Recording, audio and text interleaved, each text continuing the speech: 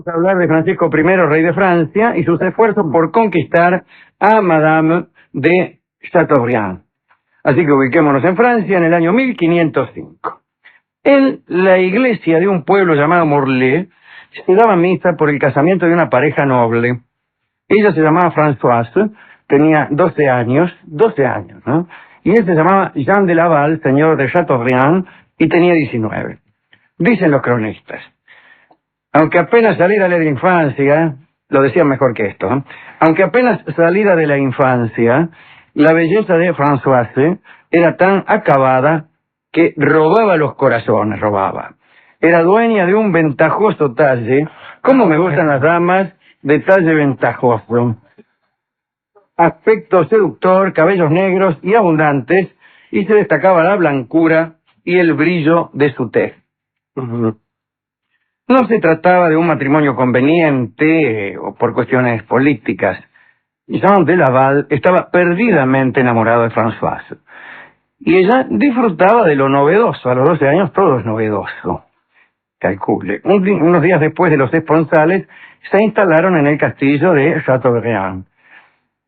Digo yo, sin temor al énfasis innecesario.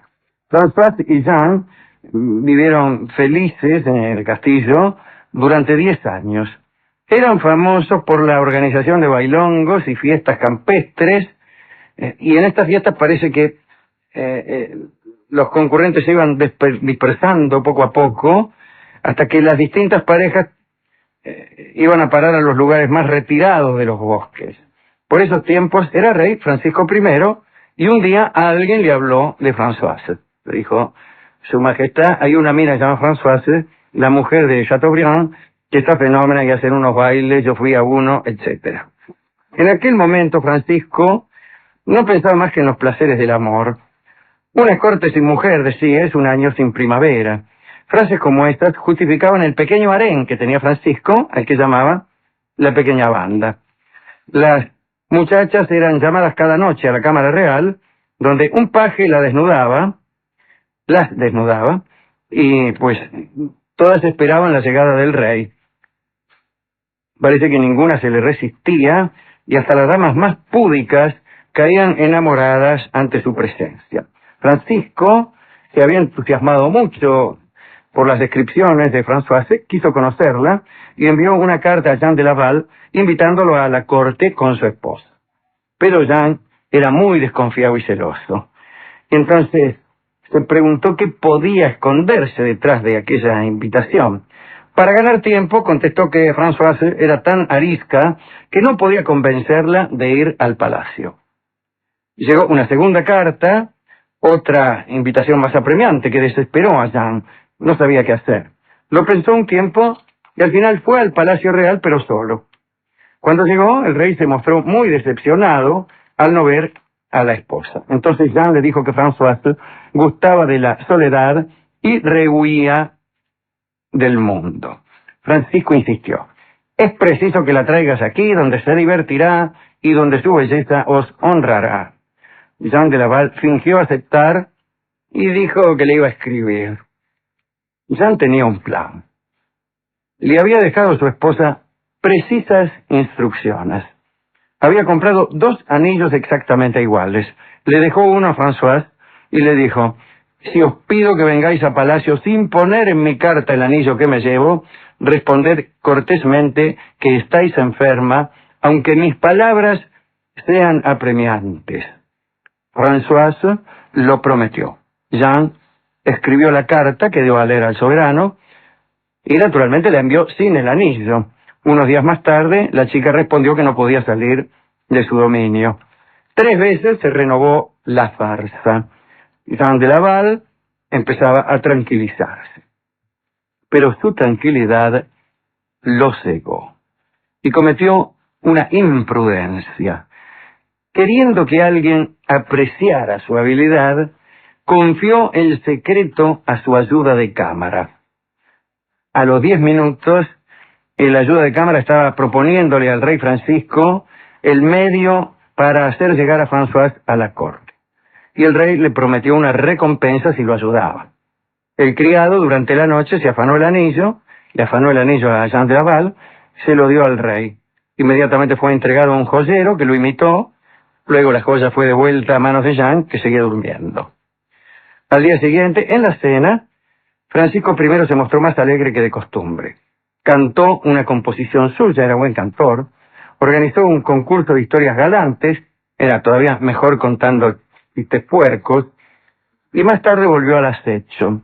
«Ay, cómo me gustaría que os acompañara vuestra esposa», le dijo a Laval. «Insiste una vez más». «Por supuesto», asintió hipócritamente Jean, y escribió una cuarta carta. El rey le pidió a Jean que le entregara a él esa carta. Así podía ser llevada por los correos reales, que eran más rápidos. Un funcionario recibió la carta y se detuvo en el primer recodo para agregar el anillo imitado. Llegó la carta, al ver el anillo, François, siempre obediente, preparó su equipaje y se hizo conducir al Palacio Real. Su aparición causó el efecto de una bomba. Y Jean de Laval se desmayó. Cuando se recuperó, se hizo el que no la reconocía para que nadie creyera que era su esposa. En verdad, durante el desmayo, ella ya había mantenido una amistosa charla con el rey. Jean de Laval, furioso, abandonó el castillo según él porque temía ser testigo de su propia vergüenza, pero al rato volvió. El rey le dio un cargo, tal vez como compensación. De todos modos, el asunto no iba a ser nada fácil. Se inició un cortejo amoroso por parte del rey que pareció no tener fin. Lo primero que hizo Francisco fue concederle a un hermano de François de Chateaubriand el gobierno de Milán. Al día siguiente le regaló una almohada bordada en oro, pero no pasaba nada. A Jean de Laval, que se mantenía en la corte, decidió alejarlo. Tuvo la idea de imponer a Bretaña unos impuestos especiales y suplicó a Jean que hiciese aceptar la nueva carga a los bretones. Era matar dos pájaros de un tiro. Alejaba al molesto y hacía ingresar dinero en las arcas del reino. Jean de Laval se fue encantado a negociar con los bretones. Francisco continuó con su conquista. Hizo componer para la muchacha un poema distinto todos los días. Ella solo agradecía. Más tarde Francisco decidió trasladar la corte a Cognac para festejar la Navidad. Durante el trayecto, cada parada se transformaba en un lupanar que, según el historiador, hubiera sorprendido a un psicoanalista. Francisco no hacía nada. Todos los hombres del séquito andaban por ahí con las damas de compañía, se escuchaban gritos, quejas, sopapos, alguna satisfacción. Cuando alguna dama no quería saber nada, los hombres del séquito por ahí ejercían una cierta violencia, ¿no? Dice el cronista. El rey desconfiaba de las personas virtuosas, a las que calificaba de hipócritas, pero no admitía que se forzara a una mujer. Puntilloso en la galantería, consideraba con una delicadeza que llegaba al vicio, que la mayor parte del placer en el amor consistía en lograr y percibir ese momento en el que una mujer olvida su pudor. Extraordinario, Francisco, ¿eh? Así que, lejos de soñar con arrastrar a François a su cama, estaba dispuesto a todo para que ella apareciera en su habitación. Era el año de 1519 y desde hacía 2 años y medio Francisco sostenía este asedio. En enero del 19, Maximiliano de Austria se murió y dejó vacante el trono imperial. Francisco I presentó su candidatura contra Enrique VIII de Inglaterra, también llamado Charles Bourbon, y contra Carlos de España. Después de varias semanas, soñó en verdad que esa corona le iba a permitir adueñarse de Europa y calculaba que esta chica no iba a poder negarse al más guapo y más poderoso de los soberanos de la tierra. Pero, ya saben ustedes, Carlos de España fue elegido con el nombre de Carlos V y Francisco I vio destruido su sueño. Y sucedió entonces algo. François, que conocía las esperanzas del rey, tanto políticas como amorosas, supo el resultado y con mucha ternura fue a estrecharse en los brazos del rey. Así que unas horas más tarde, en una cama del castillo de Amboise, Francisco I no era emperador, pero era el más feliz de los hombres.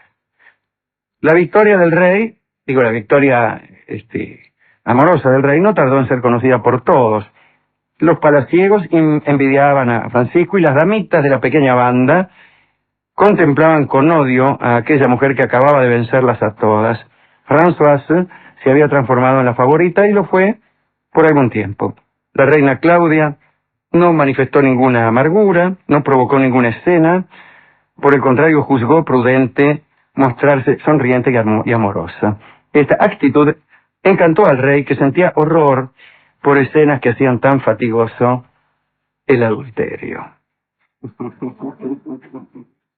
Tiempo más tarde, la madre de Francisco, Luisa de Saboya, quiso alejar de la corte a Françoise de Chateaubriand, pero ese es otro cuento, que ya contaremos otro día.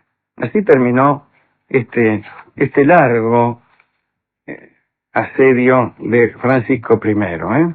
Terminó exitosamente. Todos los sitios terminan cayendo más tarde o más temprano. Sí, no, pero algunos no.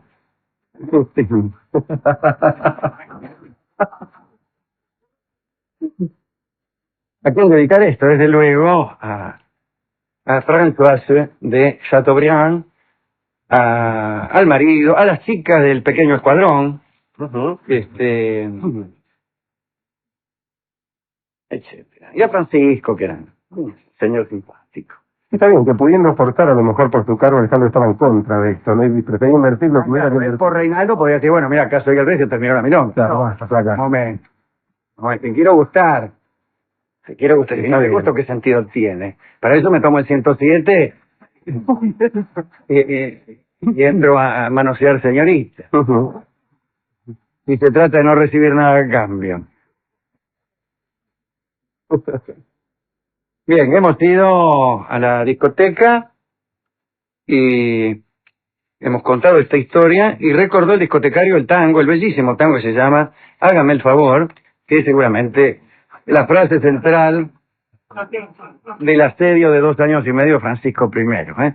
Hágame el favor es un tango que también tiene algunos consejos interesantes. Lo canta Carlos Gardel. Adelante. Hablaremos de Luisa. Vamos a continuar la charla de ayer, cosa que creo que no hicimos nunca en la vida. Usted siempre promete que lo va a seguir y... Bueno, vamos a seguir hablando de esto, no hablamos nunca más. No. O cuando hablamos ya los oyentes son otros, yo soy otro, el programa es otro, etc.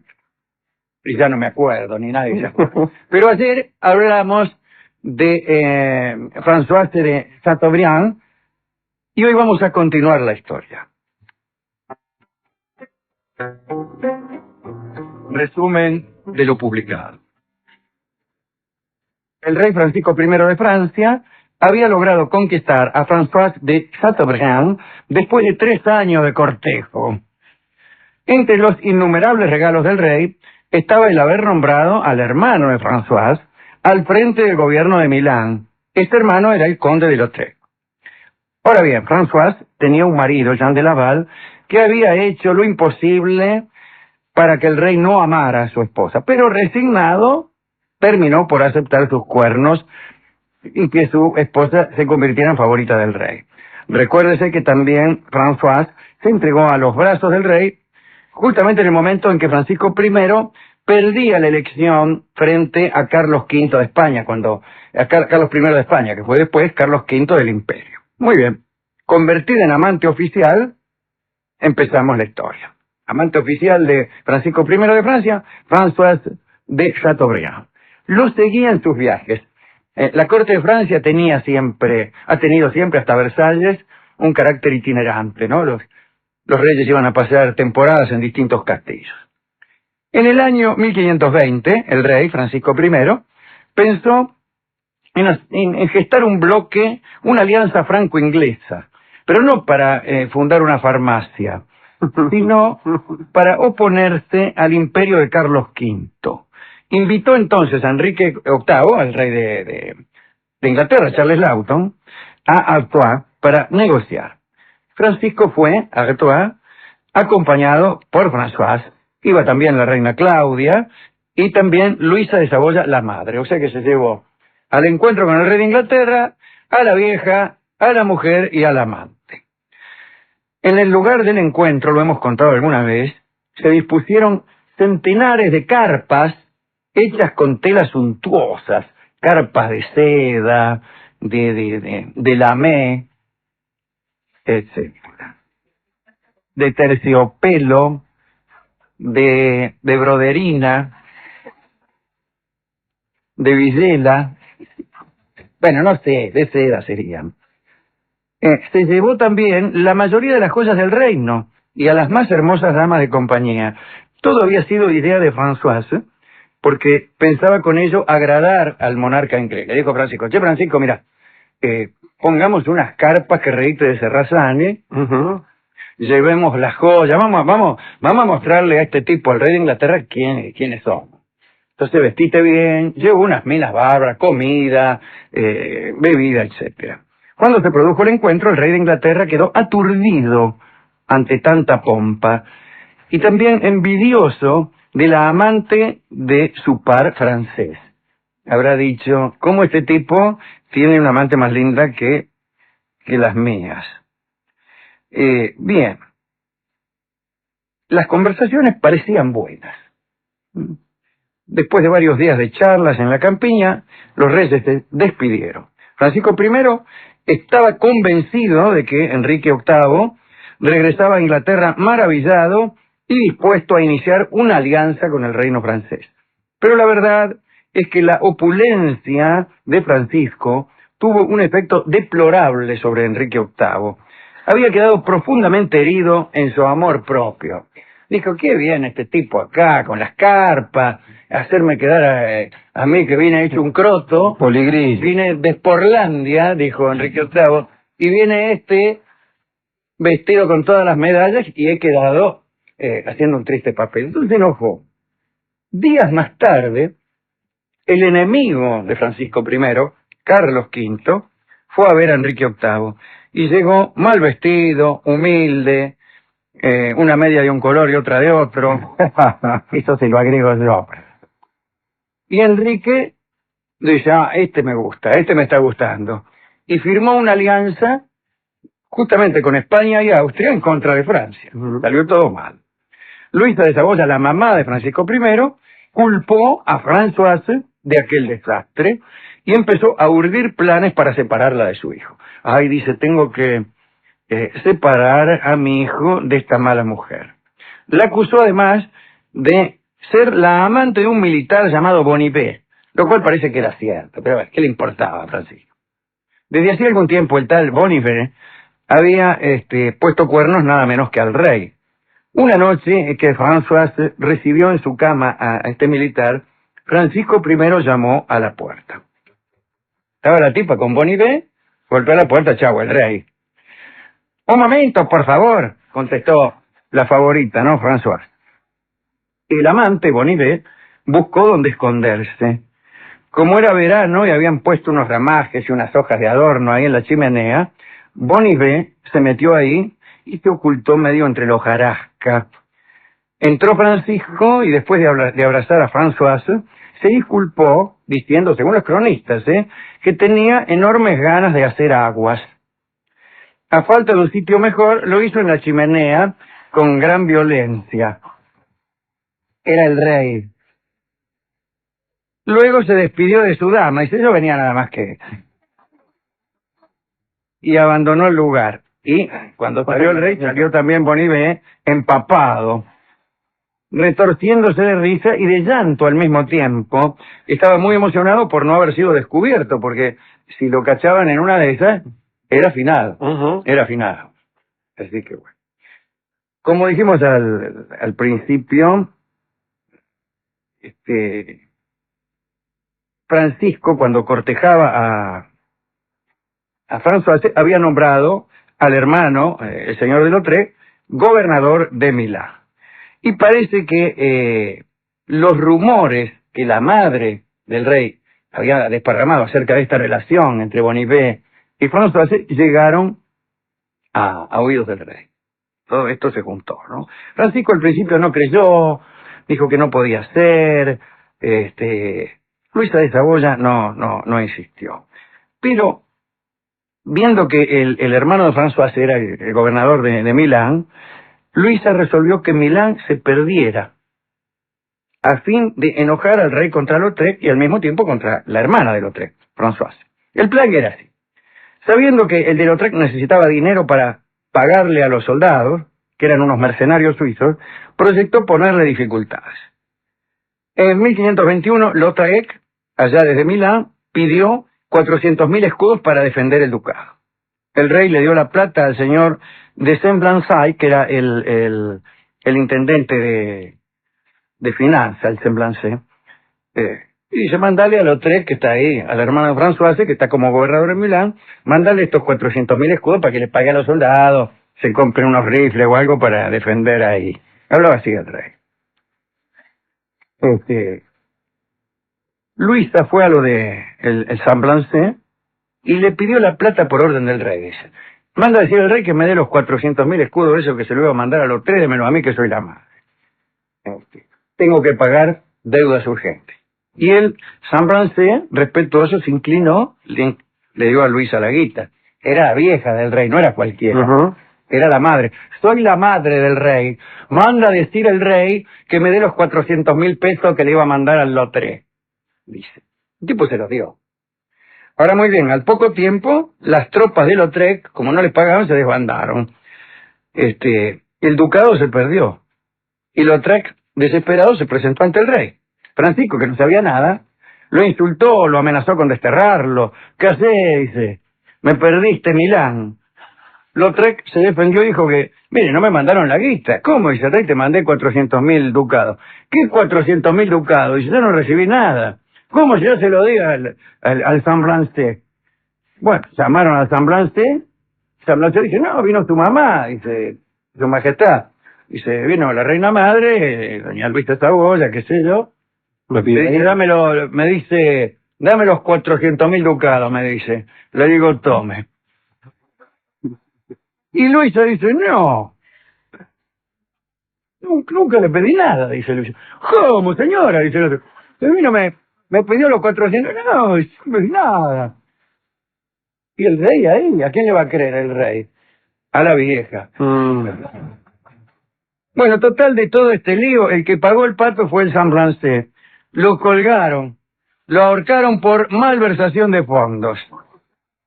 Ahora bien, con la pérdida de Milán, Luisa, la mamá de Francisco, tampoco pudo apartar a Françoise del lado del rey, porque al final pagó el pato Semblançay.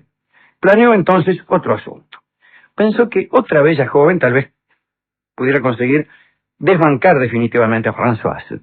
Y como quien no quiere la cosa, le presentó a su hijo a Anita de Pisseleu.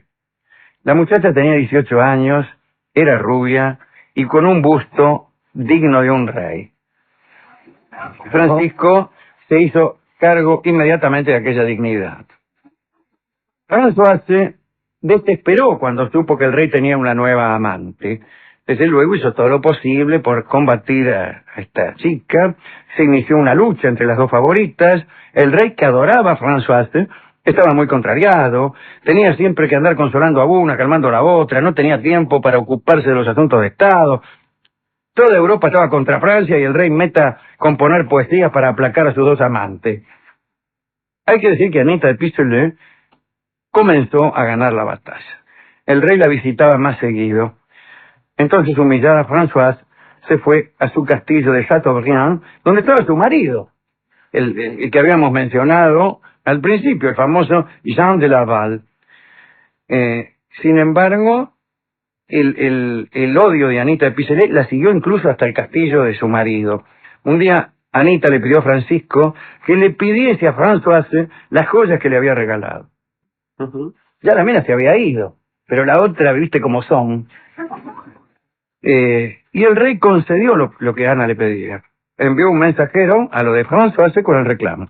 Manda a decir al rey que le devuelva todos los regalos que le devuelva. Françoise se fingió enferma y dijo que en 3 días devolvería todas las joyas que había recibido. Entonces le ordenó a un orfebre que la fundiera, sin respetar los sellos y las divisas grabadas. Más tarde devolvió al rey varios lingotes de oro. y con los lingotes iba un mensaje que decía: respecto a las divisas, las tengo tan grabadas en mi memoria y son tan queridas por mí que no podía permitir que nadie dispusiera de ellas. Me disculpo. Cuando el rey recibió los lingotes, dijo: devolvérselo todo.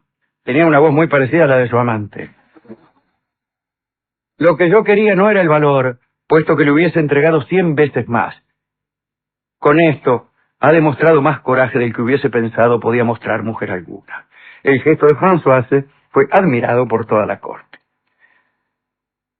Françoise de Chateaubriand solo volvió a ver al rey de Francia una vez más, en ocasión de un viaje que hizo Francisco para defender la Bretaña, donde estaba justamente el ducado de Chateaubriand, de las intenciones separatistas de sus pobladores. Pasaron una tarde juntos y no volvieron a verse jamás. Anne de Pisseleu había triunfado, pero solo por algún tiempo.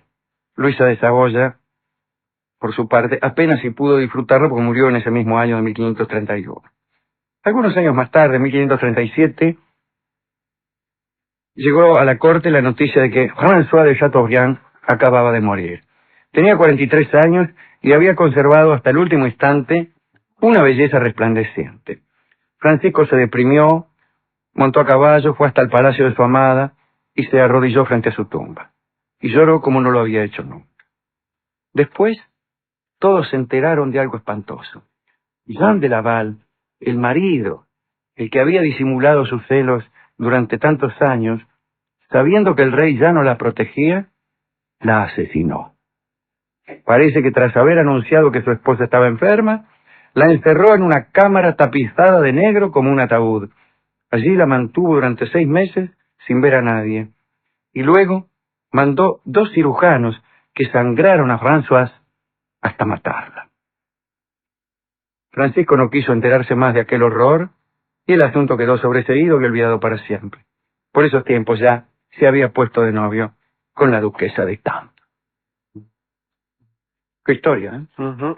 Así que esta chica de ayer, que a esta misma altura de este programa estaba triunfante en brazos del rey, conoció también su ocaso y el horror del crimen de su marido. Hay que desconfiar de los pichis. En esta historia el más pichi era Jean de Laval. Uh-huh. Tenga cuidado con los pichis. ¿A quién dedicar esto? Desde luego a Françoise de Chateaubriand y a nadie más, porque la de Pisseleu también estuvo mal, No. la mamá del rey, que me disculpe el rey, ¿no? Porque es la madre, pero una yegua acá entre nosotros. Podríamos sumar entre los dedicandos a Alejandro al otro pobre muchacho que ahí lo colgaron sin...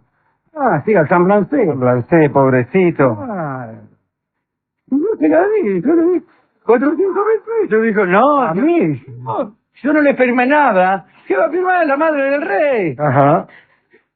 Colga. Por eso. A él y a esta chica, pero que me gusta más todavía que en la historia de ayer. Digo, cuanto más cosas cuenta, más digna parece esta chica. Sí, sí, claro, le devolvió toda la guita. Dice, no, señor, ¿querés el oro? Tomá, te lo devuelvo, dice. Aparte hizo suyo una frase que usted suele decir, Alejandro, me están echando y yo ya me fui. Sí, Es decir, cuando vio que venía mal la cosa, agarró y se fue, se fue. espera que lo eche. Como corresponde. No hace falta que me eche, me voy solo. Hay que ir. Muy bien. Hemos ido a la discoteca, nos han dado el hermoso tango, Sin ella, que tiene todo que ver con esta historia, en la estupenda versión de Charlo, su autor. Adelante. Hablaremos hoy de la confabulación contra Gabriel Destrée.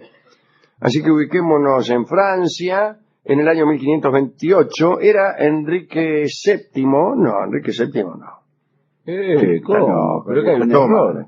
Enrique IV, y tampoco era el año 1528. Pero empezó muy Así mal. que esa- ni 1528 ni Enrique VII. Nunca hubo Enrique VII en Francia, y hasta estaría por decir que nunca hubo 1528. Pero eso sería demasiado. El caso es que Enrique VIII tampoco era, porque era de Inglaterra. Bueno, señor, Enrique pero IV. chequee la Entonces, información. antes de Estamos traerla. en presencia de Enrique IV, que primero fue rey de Navarra, ya que era hijo de de Juana de Albret, la reina de Navarra, y después, ante la extinción de la dinastía de Valois, después de la muerte de Enrique III de Valois, y después también de unas guerras, fue el primero de los reyes de Francia, Borbones. Y esto habrá ocurrido ya por 1570-80. Y tenía una amante llamada Gabrielle d'Estrées. Ella estaba embarazada por cuarta vez del rey. Quiere decir que era una amante ya tirando a... Casi. Sí, ya Si la embarazó 4 veces. Claro, la embarazó cuatro veces, ya pasa Sí, a una categoría... Una relación más seria. Sí, cuasi matrimonial, Sí, no quería usar sí, la palabra, sí. porque hay niños. Esperaba que Enrique la hiciera su esposa. Sí, Es sí. lo que espera una mujer después Ella y de los quedar 4 embarazada pibes. por cuarta vez, es lo menos que puede esperar una dama. Pero siempre, en este caso, ser la esposa del rey tenía la ventaja de que también te coronaban reina de Francia, ¿no? Claro. Parece que Enrique se lo había prometido muchas veces, al menos 4.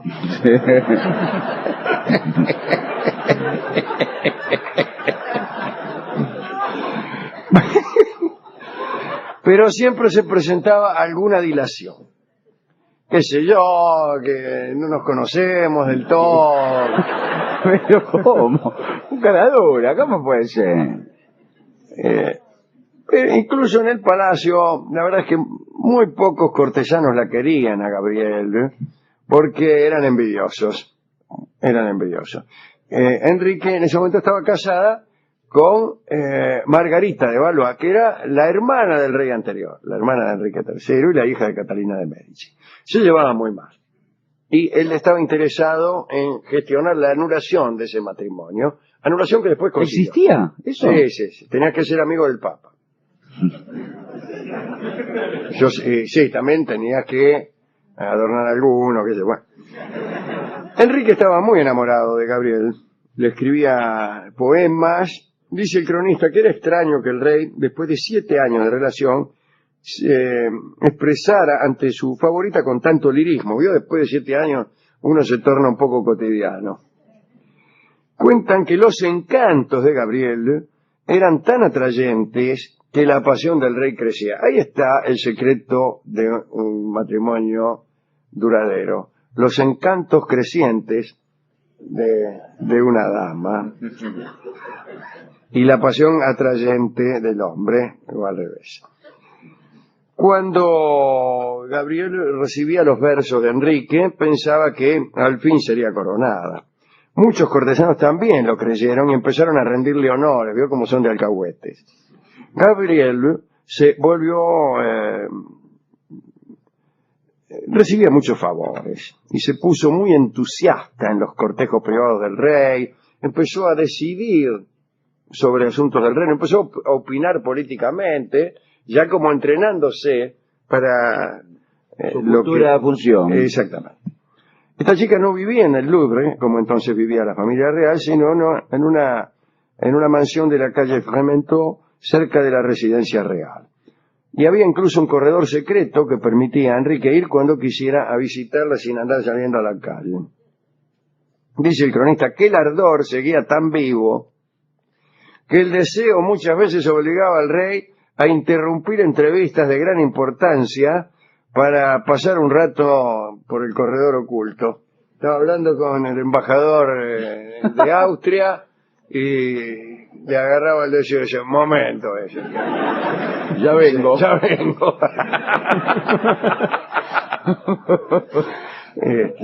Muy bien. El Papa Clemente VIII se negaba a pronunciar la anulación del matrimonio de Enrique con Margarita de Valois. Esto sucedía por 2 causas, una moral y otra interesada. La causa moral era el producto de las noticias que le llegaban al Papa acerca del comportamiento de Enrique. Clemente era informado por Alejandro de Medici, que era cardenal de Florencia, que se especializaba en contarle todos los entreveros amorosos del rey con la favorita, incluso con otra, porque a Enrique IV cualquier colectivo lo dejaba en la puerta. Y la causa interesada era que el legado en París, que era, como se ha dicho, Alejandro de Medici, pasaba todos esos informes en forma tendenciosa, ya que su verdadero deseo era casar a su sobrina, María de Medici, con Enrique. Numerosos agentes florentinos estaban encargados, de acuerdo con Alejandro, de alabar las condiciones de María de Medici y de crear un movimiento en su favor. Todos querían, ¡ay, cásese con María de Medici! ¿Qué es eso? Todos estos personajes vigilaban a Gabriel d'Estrées, pagados por Alejandro de Medici. Inventaban entonces lujos desmedidos de la favorita, crueldades, amantes que según ellos tenía, y el Papa, cuando recibía esos informes, se escandalizaba. ¡Ay, ay, ay! Enrique cayó incluso en las trampas tendidas por los florentinos, porque por un momento enfrió su relación con Gabriel, y empezó a hablar menos de casamiento. La favorita se inquietó mucho. Consultó con un adivino y las predicciones que recibió la aterraron. Un adivino le dijo que no se casaría y otro que moriría muy joven y no vería la próxima Pascua. Bueno, muy asustada, imagínense, ¿no? Fue a ver al rey y el rey, enternecido, la tranquilizó y otra vez le prometió casorio. El 2 de marzo de 1599, Enrique anunció oficialmente su intención de casarse con Gabriel. Como ofrenda de su promesa, le entregó el anillo que le habían entregado a él el día de su consagración. Muy bien, llena de alegría, la chica Gabrielita empezó a preparar la boda. Unos meses más tarde, libre de todo pensamiento fulero, Gabriel Fontainebleau acompañaba a Enrique sin separarse de él ni un instante. ¡Ay, Enrique, Enrique! Y el confesor del rey, el padre Benoit, dijo que era inconveniente que los amantes vivieran juntos durante la Semana Santa. Justo era Semana Santa, lo vio juntos y dice, no, ¿cómo? Y recomendó que se separaran por esos días para dar al pueblo un mensaje edificante respecto de la castidad, etc. El rey le hizo caso, y al otro día Gabriel viajó a París, hasta su mansión, hasta la mansión del financiero florentino Samé, que era un amigo del rey. Y en aquella casa Gabriel disfrutó de un banquete espléndido, se acostó con un poquitito de malestar. Al día siguiente, que era Jueves Santo, abandonó la mansión para ir a la iglesia, después regresó a lo de Samé, agitada por convulsiones, y suplicó que la sacaran de aquella casa. La llevaron a la casa de una tía, Madame de Sourdis. Su estado empeoró, se ahogaba, tenía los ojos desorbitados y la cara convulsa por el sufrimiento. Enrique se enteró de lo que sucedía y, acompañado por un pequeño cortejo, galopó a París. En medio del camino se cruzó con 3 caballeros, Ornano, Bassompierre y Pompon de Valier. Le dijeron al rey que Gabriel había muerto. Y mentira, no había muerto. Pero esos 3 caballeros le dijeron que había muerto. A Enrique se le doblaron las rodillas, Cayó al suelo, gritó que quería ir a buscar a su amada para tenerla una vez más entre sus brazos, pero los caballeros lo disuadieron, asegurándole que estaba terriblemente desfigurada y que era preferible no destruir el recuerdo que tuviera de ella. Enrique entonces regresó a Fontainebleau sin sospechar que lo dicho por los 3 hombres era mentira. Gabriel vivía. La idea de crear dicha ilusión fue de un hombre llamado Faquin de Lavardin, un antiguo cocinero que se había convertido en hombre de confianza de Enrique. Algunos dicen que tal vez Gabriel, no sé. La verdad es que hubo un complot. Y aquel tipo, Lavardin, era un engranaje de aquel complot. Y la favorita murió, pero murió unos días después, el 10 de abril de 1599 a los 26 años. Y también murió el hijo que llevaba, el hijo de Enrique. El rey, que creyó en la muerte unos días antes, ordenó una autopsia. Se dictaminó un envenenamiento. Las investigaciones no fueron muchas y nunca se supo más. Parece que la desaparición de Gabriel satisfizo a muchos personajes y las sospechas cayeron en el Papa y en los Médicis. El Papa Clemente VIII salió de su capilla al día siguiente de la muerte y le dijo a sus familiares, Dios lo ha querido. Después hicieron unos festejos y unos banquetes. Alejandro de Medici un día antes le había escrito al canónigo Bongiani: el amor del rey por su dama va en aumento y esto se convertirá en un mal incurable si Dios no interviene. Algunos se preguntaron quién había sido la mano que envenenó a Gabriel. Se señaló a Samet, que finalmente había estado en relaciones con el duque Alejandro. Otros señalaron al ministro Gillier, que deseaba una unión venturosa con María de Medici porque era económicamente muy favorable a Francia. De hecho, Enrique se casó con María de Medici y la dote alcanzó para pagar todas las deudas que tenía el tesoro francés.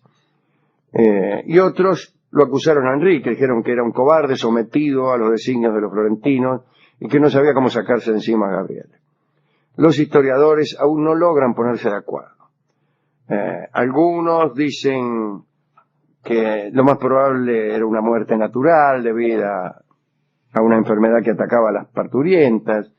Lo único que sabemos es que poco después Enrique se casó, como he dicho, con María de Medici y que se liquidaron las deudas del reino de Francia. Es una triste historia porque Enrique realmente la amaba y ella también.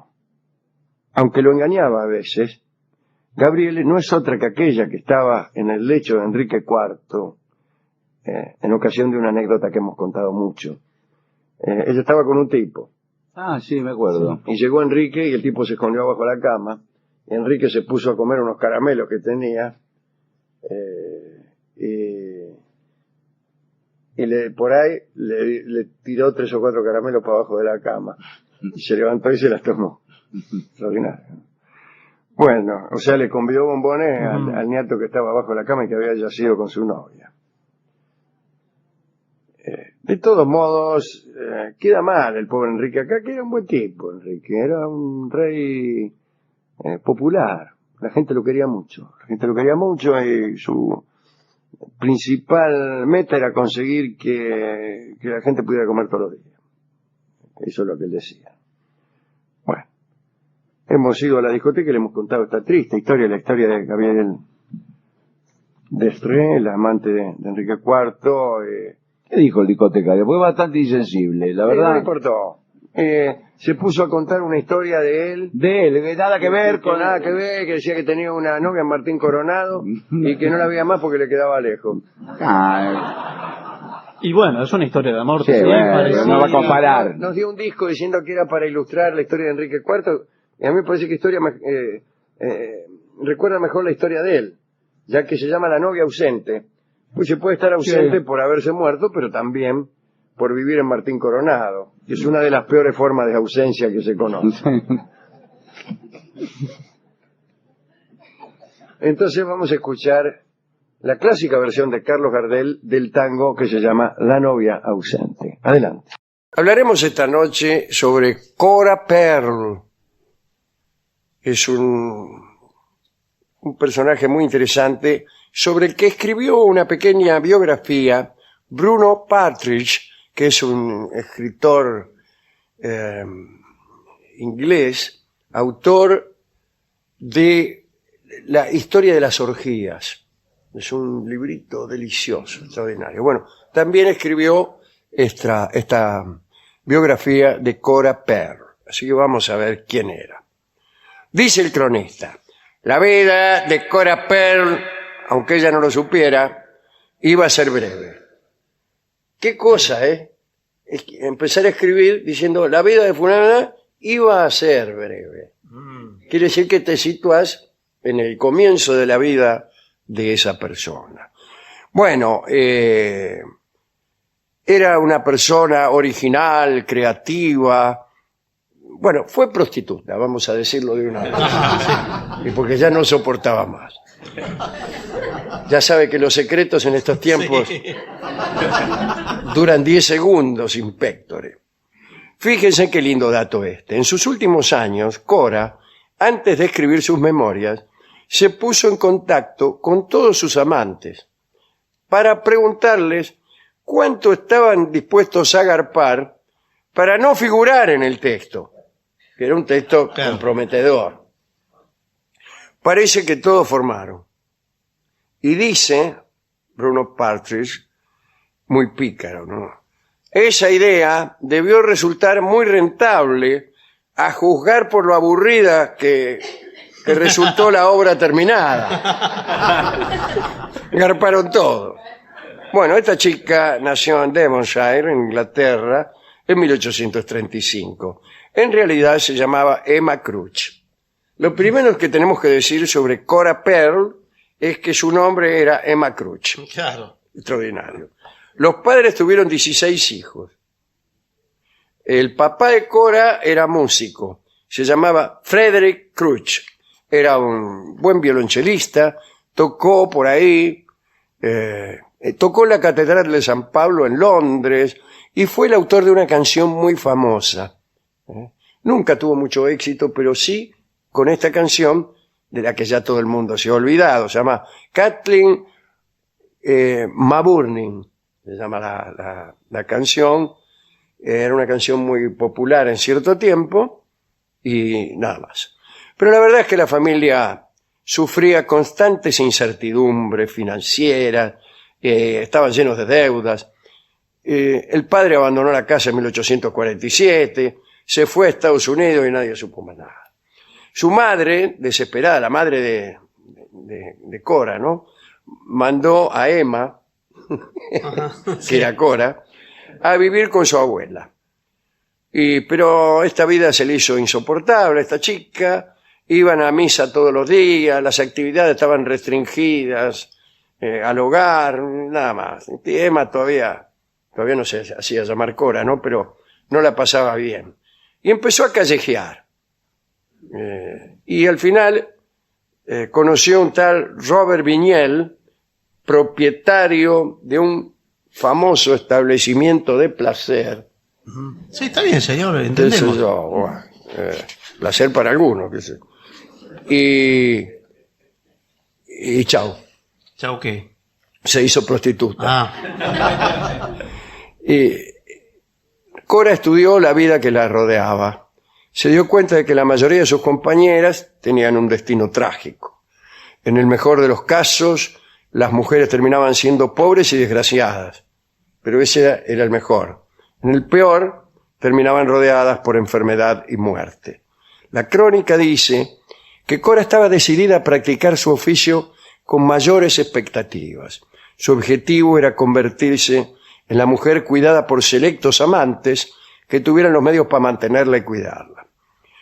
Bueno, se puso de novia nomás con el cafeólogo Vignel, y así estuvo algún tiempo, y viajó a París.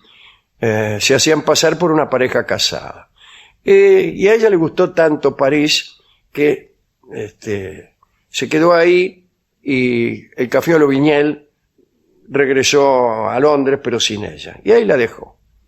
Bueno, en este momento, Emma Cruch se convirtió en Cora Pearl, un nombre caprichoso elegido para resonar con su nueva identidad en París. Y aquí viene lo que yo quería contar, no otra cosa que esto. Empezó ahí la tipa viviendo buhardillas de cuarta, laburaba en un cabaret, también cantaba, y una noche, mientras cantaba una canción, un joven sentado cerca del escenario la invitó a tomar una copa. Ella no sabía quién era, pero por su aspecto parecía medio pobretón. Cuando el muchacho empezó a prometerle que pondría todas las joyas de París a sus pies, ella se puso a reír. No le creía, pero un poco le gustaba. Una noche fueron a cenar con este tipo. Y el tipo tuvo que levantarse. Pidió disculpas y dijo que había recibido un mensaje del emperador. El emperador que entonces era Napoleón III. Cora no entendía nada. Un mozo le dijo luego que el hombre que estaba con ella era Bacciochi. Y Bacciochi era el tipo que le probaba las menas a Napoleón III. Napoleón III tenía un tipo, Bacciochi, que le daba noticia de las mujeres que él veía y le gustaba. Dijo, y no solo eso, sino que tomaba nota, las encaraba, les pedía la dirección y muy frecuentemente se acostaba con ellas para garantizar su solvencia y no presentarle una persona inadecuada al emperador. Esa era la siniestra, el siniestro trabajo que tenía el señor Bachoqui. Bueno, imagínate, la tipa, sabiendo que Bachoqui tenía esa posibilidad, le puso muy buena cara. Bachoqui hizo de ella la reina de París. La instaló en un palacete junto a un ejército de criados que nada tenía que envidiar al palacio de la corte. Bachoqui visitó el palacete durante todas las noches durante 2 meses. La presentaba a todo el mundo, así cerca de los círculos elegantes de París. Decenas de nobles se atropellaban para saludarla. Todos se enamoraban de ella. Enamoró a Achille Murat, que era el hijo de Joaquín Murat y Carolina Bonaparte. Murat era uno de los principales mariscales de Napoleón y Carolina Bonaparte la hermana, era cuñado de Napoleón. Pero estamos hablando de Napoleón el otro, Napoleón I, el grande, diría Víctor Hugo. Cora se entregó al lujo, al exhibicionismo. Era un poquito exhibicionista. Le gustaba medio desnudarse en cualquier foro.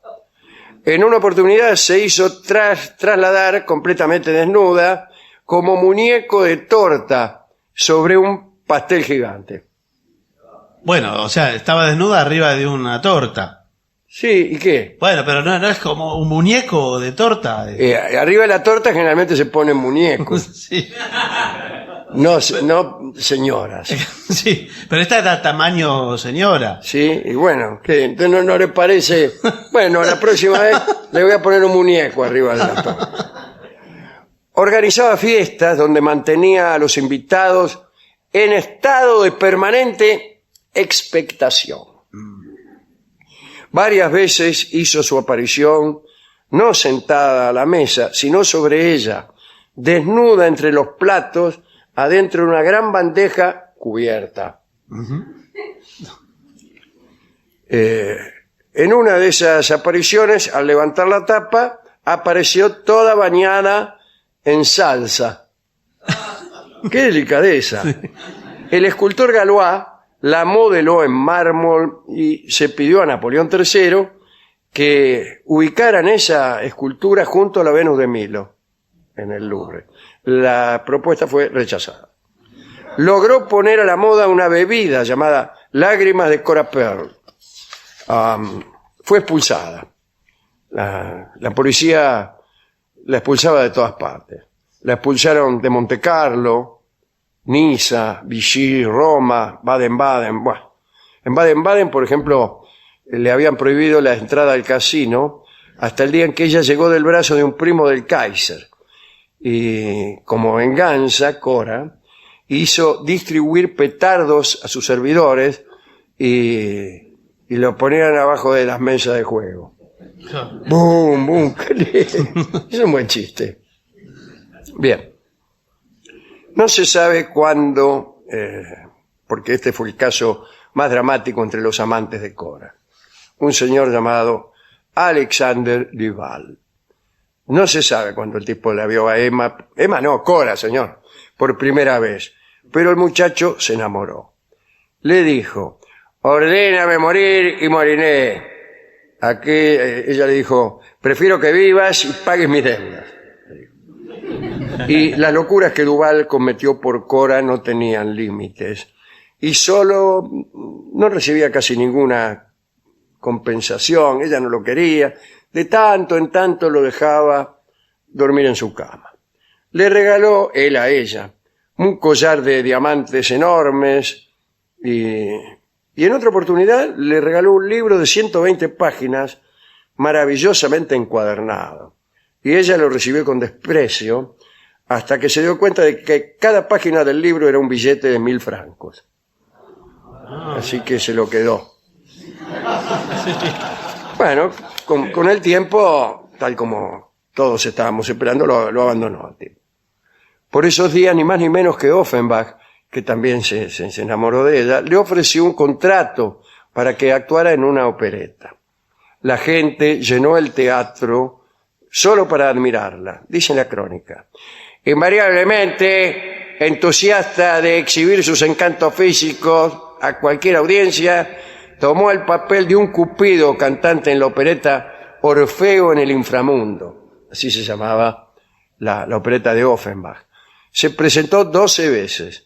La crítica fue amable con ella, pero tuvo conflicto con los otros actores, porque sentían que había ganado ilegítimamente el papel. Claro, porque estaría desnuda. Bueno, no sé, señor. Una noche, Cora iba en carroza, rodeada por el público que la quería saludar, y pudo ver que su antiguo amante, Duval, la miraba desde una vereda, pálido y mudo. Bien. Cora no sintió ninguna piedad hacia él. Desesperado, Duval se le acercó y le pidió tener una conversación. Sin decir nada, ella, al llegar a su casa, le cerró la puerta en la nariz. Pocos segundos después, Cora oyó un disparo. Duval se había pegado un tiro en el umbral de su casa. Acá, para mí el canalla es el tipo. Y bueno, sí, ya jugada la cosa, sí. Ay, pobre tipo. Bueno, nadie le dice pobre tipo. Bueno, cada uno que le cerra la puerta se va a pegar un tiro en la puerta de tu casa. Bien. Y no murió de casualidad. Ah, entonces... Se salvó. El caso suscitó un gran escándalo. Escándalo, policía. Bien. Y hasta el punto de que cuando aquella noche fue a actuar al teatro, el público la chifló y debió retirarse. Mirá vos. Y así comenzó su ocaso. Poco tiempo después estalló la guerra franco-prusiana. En esos días, Emma abrió su casa para albergar a los heridos. Mirá. Asistía a los moribundos, cerraba los ojos a los que se morían. Terminada la guerra, esperaba que el gobierno francés le diera alguna condecoración, pero eso no sucedió. Desilusionada, quiso volver a la vida de antes, pero los tiempos habían cambiado. La guerra trajo una nueva República Francesa y un cambio cultural, ¿no? La Tercera República vio una disminución del privilegio aristocrático y aquella forma de vida que ella conocía no pudo ser. Julián Arnauld, un viejo conocido, encontró a Pearl afuera de un casino en Montecarlo, del casino, ¿cuál va a ser? Más tarde escribió en sus memorias. Atención a esto. Encontré a una mujer sentada en la piedra y llorando lastimosamente. Parecía tener unos 50 años, guapa, pero muy desalineada. Ella le dijo que había sido expulsada de su apartamento. Sus pocas pertenencias fueron confiscadas por el dueño del lugar, porque ella no pagaba el alquiler, no tenía dónde ir y estaba hambrienta y en la miseria. Y Cora murió el 8 de julio de 1886. Se encargó el más barato de los ataúdes y el sepelio más modesto. Al féretro lo siguieron solo 2 personas, el cura y Alexander Duval, aquel que abandonado se había pegado un tiro en el umbral de su puerta. Cora Pearl está enterrada en el cementerio de Batignolles en una tumba sin nombre. Pero retrocedamos un párrafo. Encontré a una mujer sentada en la piedra. Tenía unos 50 años, pero muy desalineada. ¿No se le ocurre un tango a usted? El tango, esta noche me emborracho. Dice, sola, fané y descangallada, la vi esta madrugada salir del cabaret. Flaca, 3/4 de cogote, una percha en el escote bajo la nuez. Vieja vestida de pebeta, desnuda y coqueteando su desnudez. Parecía un gallo desplumado, bla, bla, bla. quiero decir que yo escucharía este tango. Esta noche me emborracho para recordar a Cora Pearl y para acordarnos una vez más de lo bien que cantaba Charlo. Adelante. Vamos a hablar hoy de una señora, de una señorita. Ay, mirá, che, tengo, discúlpeme, ¿no? Un libro de Rosa Piotrkowski, que me ha regalado la propia Rosa Piotrkowski, y que estaba aquí debajo de los correos electrónicos. Se llama Todo es breve, de Rosa Piotrkowski. Muchísimas gracias, Rosa, por este regalo, por este breve libro que contiene unos poemas que ahora mismo vamos a empezar a examinar. Muchísimas gracias. Hoy hablaremos sobre una dama que acostumbraba a tener muchos amantes. Se trata, dirán ustedes, de una actitud recurrente en este programa, a saber que hablemos nosotros de damas que también eran recurrentes en otra actitud, que es la de tener muchos amantes. Esta mujer es Jane Digby, también Lady Ellenborough, porque así se llamaba el Dorima. Nació en Inglaterra en 1807. Su padre era el almirante Henry Digby, que se había enriquecido capturando buques españoles, siguiendo una tradición marítima inglesa de larga data, a saber, la captura de buques españoles y el enriquecimiento a través de esa actividad. Se había hecho famoso Henry Digby luchando junto al almirante Nelson en Trafalgar. Su hija Jane era hermosa. Cuando cumplió 16 años, conoció en una fiesta a Lord Ellenborough. Él era un hombre gordo, estaba envejecido prematuramente, tenía fama de ser muy libertino, y el tipo se enamoró de Jane apenas la vio. Tras algunos meses de amistad, el niato le propuso matrimonio. Los padres de Jane lo consideraban un buen partido. Su rango de lord le proporcionaría, conjeturaban los padres, lujo y posición, ya que no posesión, a su hija Jane Digby. En fin, el matrimonio se dispuso apresuradamente. Se casaron en 1824. Pero en realidad la luna de miel fue un fracaso absoluto. Parece que en los primeros lances el lord se mostró impaciente y ella inexperta. Esta es una combinación desastrosa. La impaciencia de un notario y la inexperiencia de una gilastra producen luna de miel fracasadas. Pero sucedió algo peor todavía. Después de aquellos primeros días, Lord Ellenborough dejó de interesarse en su esposa y se sumergió en la política y se olvidó de la chica. Y entonces ella, decepcionada, hizo lo que suelen hacer las muchachas casadas con lores que se dedican demasiado a la política. Se buscó otros tipos. Se entregó, digamos, a los placeres de la sociedad londinense. Y así empezó una historia tumultuosa para ella. Una historia llena de amantes, de huidas, de distancias, de despechos. En marzo de 1827, un empleado del Museo Británico de 27 años fue llamado para clasificar una biblioteca griega que había en casa del Lord. El muchacho, ni bien se puso a laburar, escribió en una especie de diario íntimo, o en un cuaderno, o en algún lugar, no sé dónde, escribió, en un papel. Vamos. Jane tiene unos labios que podrían tentar a uno a renunciar al cielo a cambio de tocarlos. Ni tocarlos. 10 días más tarde, el bibliotecario renunció al cielo. Se hizo amante de Jane durante el tiempo que duró el trabajo, y ese fue el primer amante de una larguísima lista. Al poco tiempo, Jane conoció al príncipe Felix Schwarzenberg, un agregado de la embajada austríaca en Londres.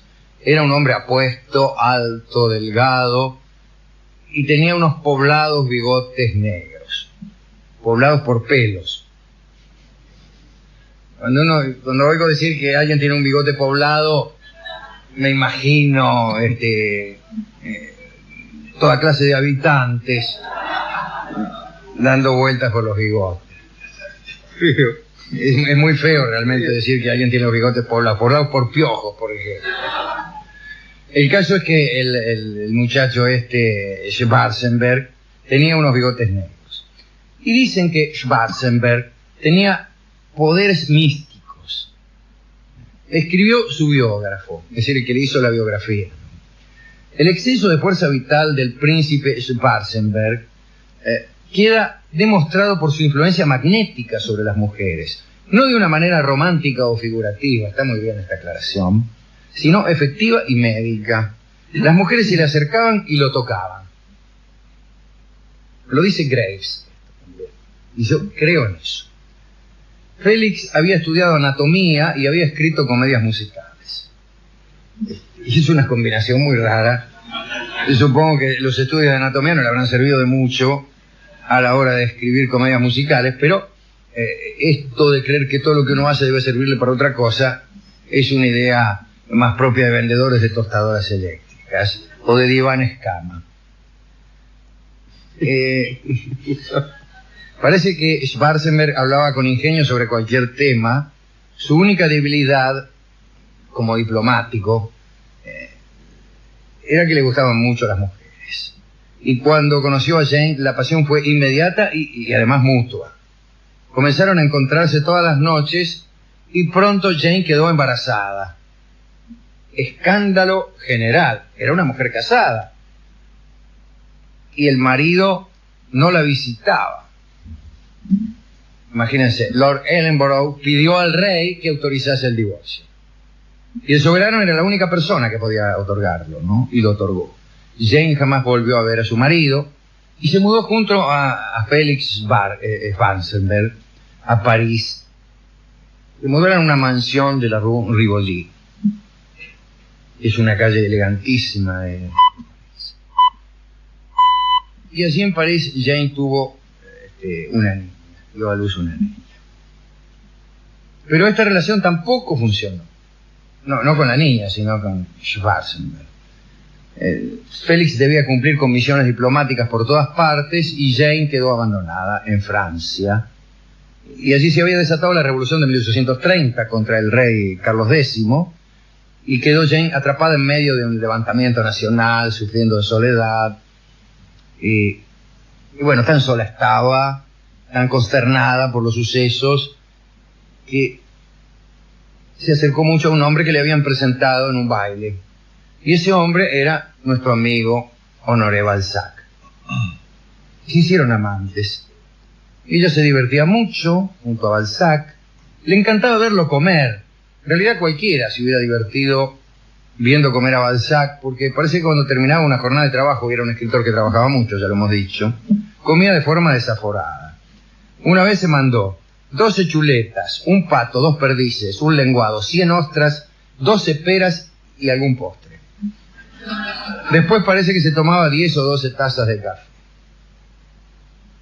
En 1835 Balzac escribió el Lirio del Valle. El personaje era Arabella Dudley, una hermosa y escandalosa muchacha inglesa, pero el escritor se había inspirado en Jane para crear aquel libro y aquel personaje. El amor entre Jane y Balzac, sin embargo, también duró poco. Ella decía que no era un hombre que pudiera proporcionarle seguridad emocional. Yo no entiendo mucho en qué consiste la seguridad emocional. No sé si la deseo. ¿No? A la inseguridad emocional se la conoce a veces con el nombre de amor. La verdad es que Balzac tenía también decenas de amantes. Y bueno, agobiada por el abandono del diplomático Félix en París y por las aventuras que tenía Balzac y también por su mala fama, que todos conocían y que llegaba desde Londres, pues Jane decidió irse de París y marcharse a Oriente, como si fueran dos cosas distintas, lo dije. Hizo en el camino un montón de escalas, imagínense, desde París al Oriente hay muchos lugares donde detenerse. Bueno, en cada lugar encontró un tipo. Parece que primero llegó a Múnich. Allí gobernaba en aquel entonces nuestro amigo del programa, Luis I. Era un hombre notable, ¿no? Se había enamorado siendo joven de las antigüedades de Grecia y derrochaba fortunas en palacios, iglesias, templos helénicos y en excavaciones arqueológicas en Grecia y Roma. Tenía una manía por la belleza arquitectónica y también femenina, ¿no? Recuérdese que la caída de Luis I tuvo lugar por el escandaloso amor que él tuvo con Lola Montes. Parece que la bailarina, para seducirlo en una audiencia, se había abierto el corpiño y había dejado al descubierto sus pechos ante la mirada estupefacta del monarca y toda la concurrencia. Vio cómo son las mujeres. Cuando se llaman Lola Montes y quieren levantarse al rey Luis I de Baviera. Digo yo generalizando. Pero bueno, esto sucedió 15 años antes de la aparición de Lola Montes. Luis I era el abuelo del otro, Luis II, el loco, que también hablamos. Bueno, esto sucedió 15 años antes de la aparición de Lola. Ahí llegó Jane y también lo sedujo, aunque sin recurrir a estos extremos. En cuanto se la presentaron, me refiero a Jane, el rey Luis ordenó a su pintor de corte, ¿no?, que se llamaba Stieler, que reprodujera las facciones de la chica en la Galería de la Belleza. La Galería de la Belleza era un lugar que tenía Luis I para ubicar los retratos de las mujeres hermosas que había amado o codiciado. Había 36 retratos. Poco más de un año después de haberse convertido en amante del rey, Jane fue obligada a contraer matrimonio con un funcionario llamado Karl Benningen. ¿Por qué? Bueno, saben ustedes, los reyes acostumbraban a hacer casar a sus amantes con algún títere, por decirlo así. La palabra se equivoca. Y entonces, de ese modo, pues se aseguraban una asiduidad, una tranquilidad. Y más que nada, se guarecían de la posibilidad de que el amante quisiera convertirse en esposa. Entonces se le encajaron a un funcionario llamado Karl Benningen. Era una forma de evitar el escándalo. Bueno, ella naturalmente seguía viendo a Luis, pero sucedió algo, che. Se enamoró de su marido impuesto. Se enamoró del títere, ¿no? Y vivió junto a él sin problemas durante 3 años. El rey Luis se quería matar, pero como era un caballero, ni siquiera removió al funcionario de su cargo. Lo dejó ahí y decidió no molestar a la pareja. Mirá, muy bien. Pero esta unión tampoco le duró a Jane. Apareció en la corte un conde griego llamado Spiridón Theotokis. Es un nombre muy adecuado para un griego. Sí, claro, para la ocasión también. También para la ocasión. Claro. Una noche, mientras el marido de Jane estaba ausente, ella acudió a un baile. El marido de Jane era Benningen. Estaba ausente, ella se fue a un baile, conoció a Spiridón y se marchó con el tipo en un carruaje. Vámonos, dice, ¿qué le parece si nos rajamos de aquí? Le dijo el griego, y vamos donde nadie nos vea. Pero justo volvía el marido y se cruzó con el carruaje en el que ella se iba con el tipo. Entonces lo corrió. Debió ser una escena digna de verse, ¿no? El marido atrás, una canción, ¡fulana!, le gritaba, ¿no? Y el tipo ahí. Al final retó a duelo, el marido, el alemán, retó a duelo, que era austríaco por otra parte.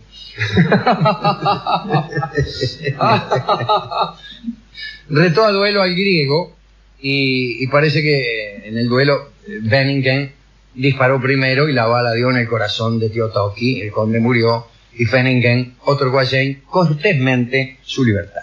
Así que lo mató de gusto. Sí, qué gana, ¿eh? ¿Qué gana? ¿Para qué? Si le refieren a la mina se iba a divorciar. ¿Qué cosa esta del honor, che? Es una verdadera molestia. Yo creo que hay cuestiones de honor, pero no esas. Bueno, desesperada, entonces Jane decidió continuar hacia el oriente. Llegó a Grecia, allí se hizo amante del rey Otto y de un palicar de 70 años llamado Algipetros. Los palicars eran unos guerreros de las montañas que habían ayudado a Grecia a alcanzar la independencia.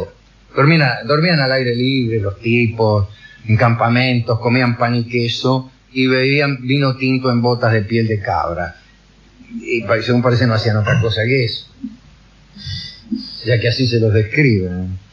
Bueno, al poco tiempo la mina continuó su travesía, quiso ir a las ruinas de la antigua Palmira, una ciudad interesante de la cual hemos hablado, o tendríamos que haber hablado, que queda en el desierto de Siria, ¿no? Pero cuando un cónsul inglés se enteró de sus planes de visitar aquel lugar, se horrorizó. Le advirtió que era un viaje de 10 días a lomo de caballo, a través de las arenas, por unos parajes infestados de bandidos. A ella no le importó nada, al contrario. El caso es que apareció un hombre llamado Mehduel, un nombre doloroso y confidencial. Era de baja estatura, curtido y con barba, me parece estar viéndolo. Y se ofreció a ayudarla. El tipo, imagínense, se quedó pasmado ante la belleza de Jane. Se mostró de acuerdo con el primer precio que Jane le ofreció para que sirviese como guía. En medio del camino hacia Palmira, Mehduel rechazó los ataques de los bandidos con mucho valor, ¿no? Todavía se estaban yendo los atacantes cuando Mehduel le propuso casamiento. Todavía no se había aquietado la polvadera de los atacantes cuando Mehduel le dijo, che, casate conmigo. Y ella, impresionada por el valor de aquel hombre, aceptó. En 1855, entonces Lady Ellenborough se convirtió en Jane Digby al-Mehrab, que así se llamaba el petizo. Decidieron que 6 meses al año los pasarían al estilo occidental en una villa de Damasco. No parece un buen lugar para pasar la vida al estilo occidental, pero los otros 6 meses los pasarían al estilo beduino, en la tienda del desierto. Ahora entiendo. La vida transcurrió tranquilamente. Es decir, yo creo que no se trataba de occidentalidad ni orientalidad, sino más bien de un contraste entre lo nómade y lo sedentario.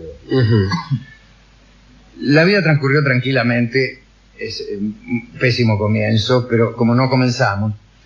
De todos los visitantes que Jane recibió durante los 26 años que fue esposa de Mehduel, que este fue el que más le duró, el más interesante fue nada menos que Richard Barton, insisto, no el marido de Elizabeth Taylor, sino el traductor de Las Mil y Una Noches, gran escritor inglés.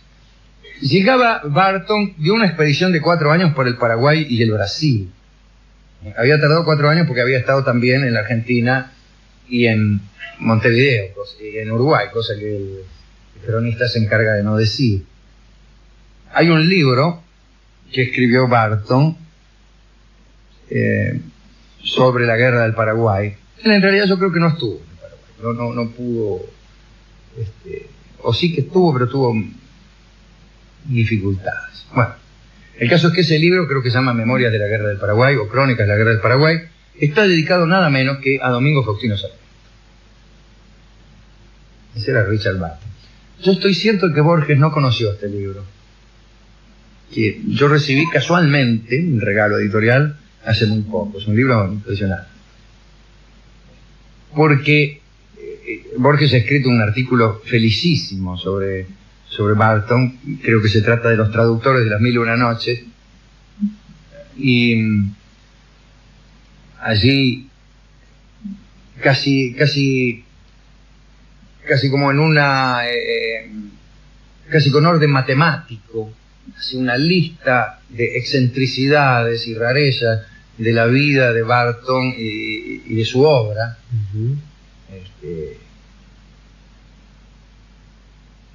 Y no figuran algunas cosas que tiene ese libro que le hubieran interesado muchísimo.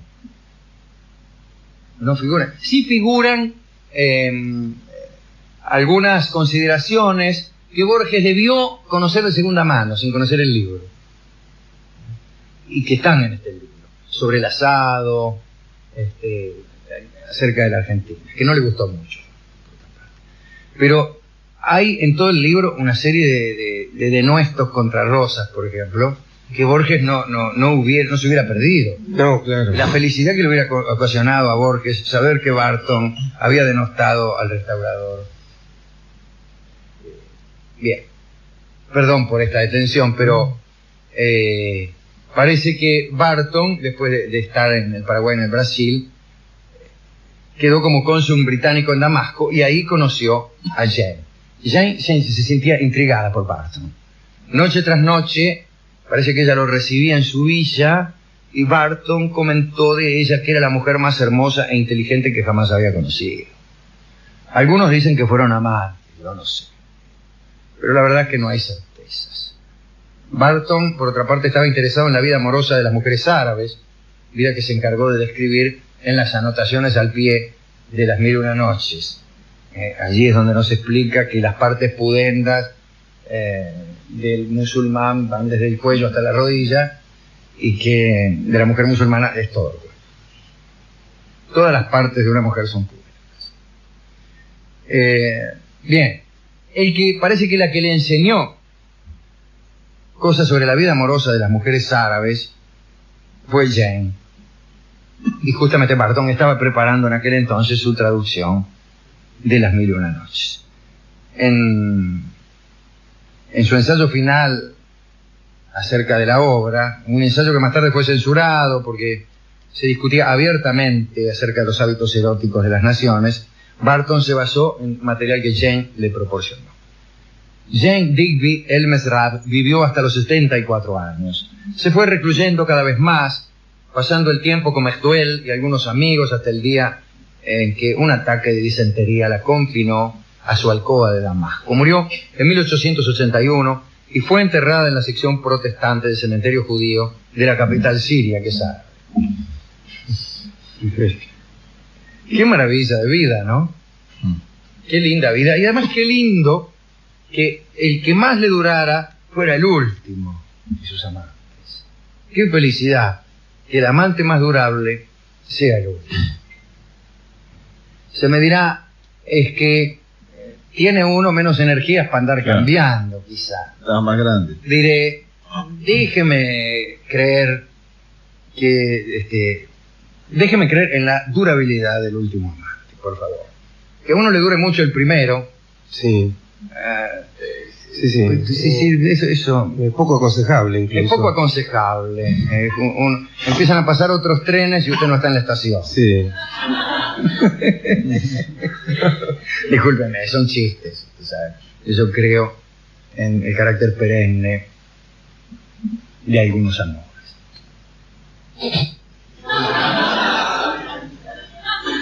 ¿A quién dedicar esto?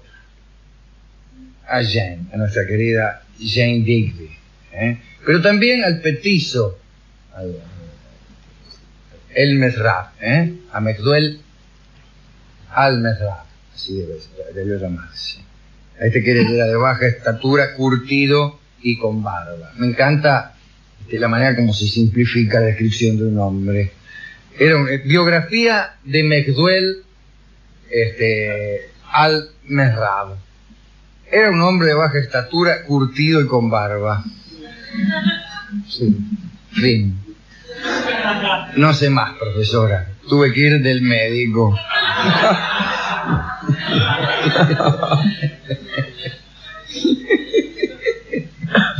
Pues bien. Y a todos los otros amantes, también al tipo ese, a Carl Benningen, que tenía esta propiedad magnética con las mujeres. Era tan envidiable. Sí, el rey que no removió a su funcionario. Al rey, a Luis I, que no removió al funcionario que le había caminado la misma. Y a todas las personas nobles que andan por ahí, mezcladas en amor. ¿Con qué podemos ilustrar esto? Bueno, ya que la historia de Jane fue una historia de ausencias sucesivas, como la de todos nosotros. Después de todo, en este momento, ahí anda el mundo, lleno de lugares en los que estamos ausentes. Sí. Pues la novia ausente cantará para ella Gardel, que ha cantado mucho esta semana, pero bueno, favorecido por los asuntos que hemos tratado. Cante este bello tango de don Enrique Cadícamo, don Carlos Gardel, y dedíqueselo a Jane Digby, Lady Ellenborough y también la señora de Alme. Adelante, don Carlos. Vamos a contar hoy una historia que tiene en el centro la enemistad entre dos mujeres. Que son las historias que más me gustan. Así que vamos a ubicarnos en Francia en 1770. Por entonces el rey era Luis XV. Su favorita en ese momento era la famosa Madame du Barry. A la corte de Versalles ya había llegado desde Austria María Antonieta, que estaba prometida a quien sería pocos años después Luis XVI. Muy bien. Dicen que ya en ese tiempo Luis XV, agotado por toda clase de excesos, ya no poseía el ardor que tanto había complacido a las damas. Ya no era el mismo. Decían que agotado por los excesos, en aquel tiempo se tenía la idea de que el acto venéreo producía un desgaste que se pagaba a la larga. No es la idea que se tiene ahora, me parece a mí, pero voy a ir a preguntar. Sí, de todos modos, hay que ir a menos. Parece que, en cualquier caso, sea por lo que fuere, Luis XV sufría de unos cansancios que ni los mejores afrodisíacos podían disipar. Madame du Barry, que tenía un temperamento exigente, por no decir otra cosa,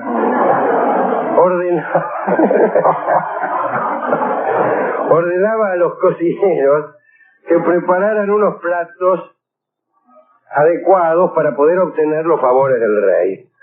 Y dice el cronista que a veces ella misma le preparaba unas minutas y entonces le encajaba al pobre Luis trufas, pimientos, yema de huevo con coñac, miel y alcachofas. Parece que las virtudes eróticas de la alcachofa eran muy famosas en el siglo XVIII e incluso algunos no se atrevían a probarlas por temor a cometer abusos.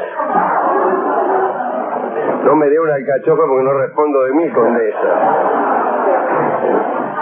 Incluso parece que los vendedores las ofrecían con pregones subidos de tono.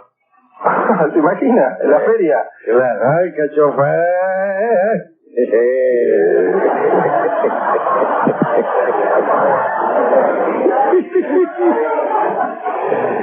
Bueno, estas comidas parece que no daban muy buenos resultados y muchas veces Luis XV se iba a acostar con la cabeza agacha, por no decir otra cosa.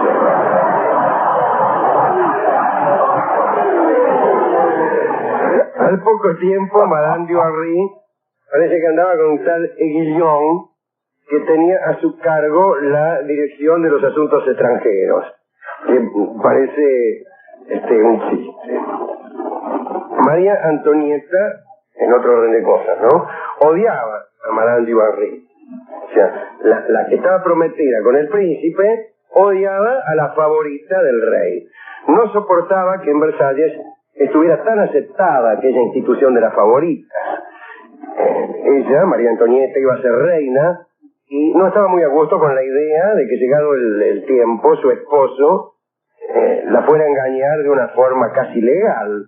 Pero más allá de eso, María Antonieta no podía soportar que la diva Barry, que tenía el privilegio de estar junto al rey, lo engañara a su turno al rey con ese tal Aiguillon.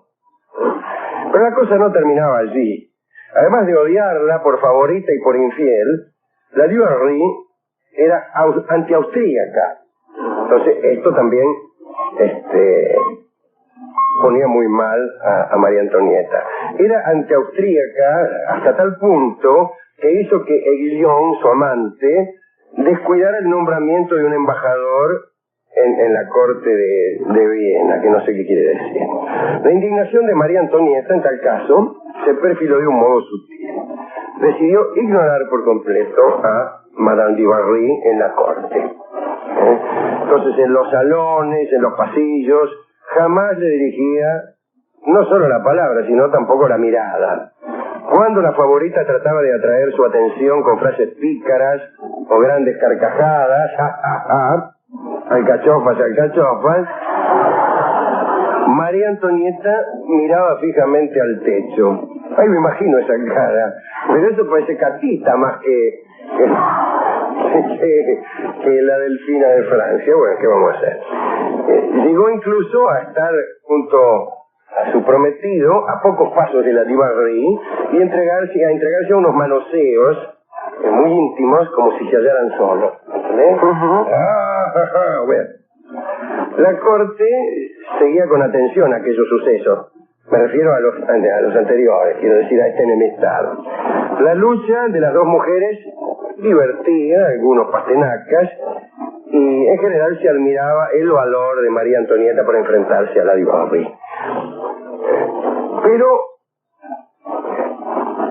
la favorita estaba molesta y entonces fue en busca del rey y le declaró que no podía aguantar la actitud de María Antonieta. Le dijo: mirá, Luis, me veo ridiculizada diariamente.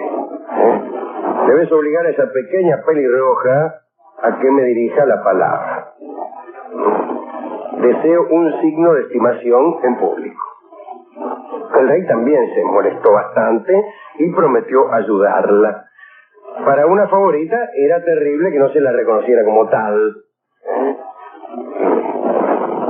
Dice el cronista, en cuanto a esta descripción de María Antonieta como pequeña pelirroja, que por esos tiempos las que más gustaban en la corte eran las mujeres rubias de ojos azules. Eran cosas que se ponían de moda, ¿no? Las morenas habían caído en el mayor descrédito y a las pelirrojas se las odiaba. Pero la verdad es que Madame Dubarry mentía al decir que María Antonieta era una pelirroja, porque la Delfina tenía un cabello rubio ceniciento. Para lograr que María Antonieta le diera bolilla a Madame Dubarry, Luis XV le dijo a un funcionario: mirá, primero se lo dijo indirectamente: os quedaría muy reconocido si obtuvieseis que Madame la Delfina concediese a todas las personas que le han sido presentadas el trato que éstas tienen derecho a esperar de ella.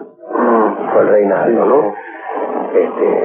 Pero a la favorita no le gustó el estilo indirecto que había utilizado Luis para dar la orden, y entonces se presentó ante el mismo funcionario al cual Luis le había hablado y le dijo: mira, lo que yo quiero es que María Antonieta me dirija la palabra cuantimeno una vez. Le dijo. La Delfina, le dijo al tipo. Y el funcionario... La favorita. Sí. La favorita, le dijo. El funcionario se comprometió a intentarlo y fue a buscar a María Antonieta, pero la mina dijo: no, nunca, dice, voy a hablar con esa. Bueno, el funcionario empezó, imagínese, que esto y lo otro, podemos tener problemas con Austria, pero nada. Al día siguiente María Antonieta pasó por delante de la favorita con la boca obstinadamente cerrada. Es así, y mirando para allá. Los amigos de la Dubarry y hasta funcionarios austríacos no sabían ya qué inventar para que María Antonieta cediera. Preparaban casualidades, las hacían encontrarse, preparaban situaciones protocolares en las que ineludiblemente María Antonieta debía saludar a aquella dama tan importante para el rey, pero no saludaba al menos. El caso es que sucedió algo. Catalina de Rusia, Federico de Prusia y María Teresa de Austria, que era la madre de María Antonieta, estaban, después de algunas invasiones, por repartirse Polonia. Dice: vamos a repartirnos Polonia.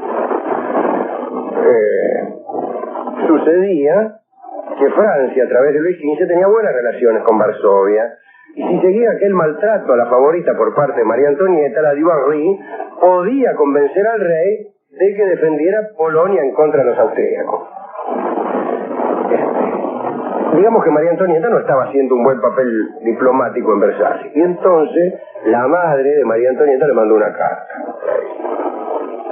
Le dijo: mira,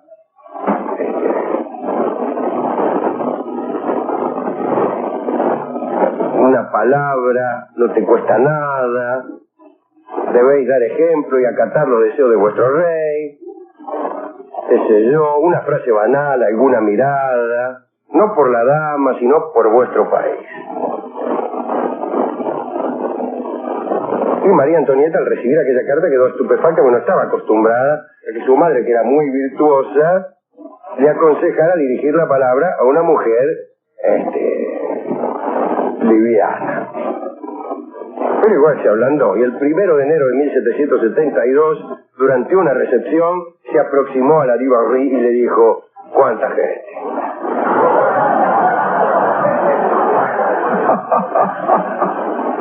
Es lo que se llama una frase patriótica. Y el efecto causado por estas palabras fue extraordinario.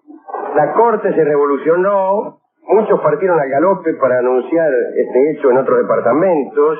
Luis XV, loco de alegría, abrazó a María Antonieta con efusión. Los correos informaban a Europa entera de este hecho. Madame du Barry había triunfado. Y Luis XV, tranquilo, junto a la que amaba, se desentendió de los problemas ajenos y no prestó mayor interés al asunto polaco.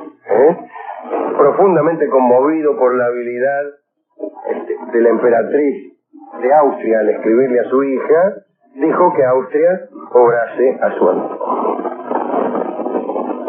Está bien, Poco después, María Teresa de Austria se apoderó de la Galicia oriental y de unas regiones en donde vivían 2,5 millones de personas. Así que, fíjese la importancia de un che cuánta gente. Usted me dirá, ¿quiere decir entonces que basta con decirle cuánta gente a la persona indicada para que podamos apropiarnos de 1/3 de Polonia? La respuesta es no. Quiero decir, porque parece que aquí todo el mérito fuera de María Antonieta y que a los países les basta con estar bien con la favorita del Reinaldo para... Sería fácil. Bastaría con enviar a un funcionario a levantarse a la mina adecuada, para que le dijera, por ejemplo, a los tenedores de bonos argentinos, se aflojen. Pero no es así. No es. Qué pena, ¿no? Porque es una pena que no sea así. No sé si nos iría bien tampoco.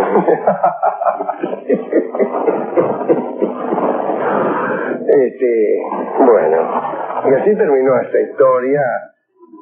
Pero después volvieron a llevarse mal la diva Ri y María Antonieta, pero esa es otra historia. La historia de Polonia termina aquí, la historia de estos largos meses en la que no se sabía cómo hacer, en los que no se sabía cómo hacer para que María Antonieta le hablara a la diva Ri.